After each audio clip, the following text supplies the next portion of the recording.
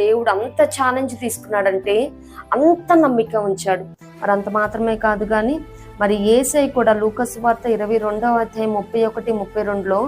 మరి సీమోన్ గారితో అంటూ ఉంటారు, సీమోను సీమోను, ఇదిగో సాతాను మిమ్మల్ని గోధుమల వల్ల పట్టి జల్లించడానికి మిమ్మల్ని కోరుకొని ఉన్నాడు, అయినా మీ నమ్మిక తప్పిపోకుండానట్లు నేను నీ కొరకు వేడుకున్నానని చెప్పడం చూస్తూ ఉంటాం అన్నమాట. మరి ఈ దినాన ఎవరైనా కానీ మరి శ్రమపరచబడతా ఉన్నారంటే దేవుని హత్తుకొని భయభక్తులు కలిగి ఉండి మరి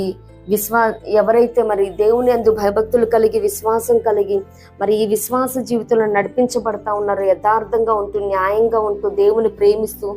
మరొకటి దేవుడు కూడా నా పక్షంగా నా కుటుంబ పక్షంగా ఛాలెంజ్ తీసుకున్నాడేమో అని విశ్వాసత గలవాడే ఆయన నమ్మిక చొప్పునే ఈ శ్రమని నాకు అనుమతించాడు అని ప్రతి ఒక్కరు తెలుసుకొని ఈ విశ్వాసయానంలో ముందుకు పయనించబోతున్నామని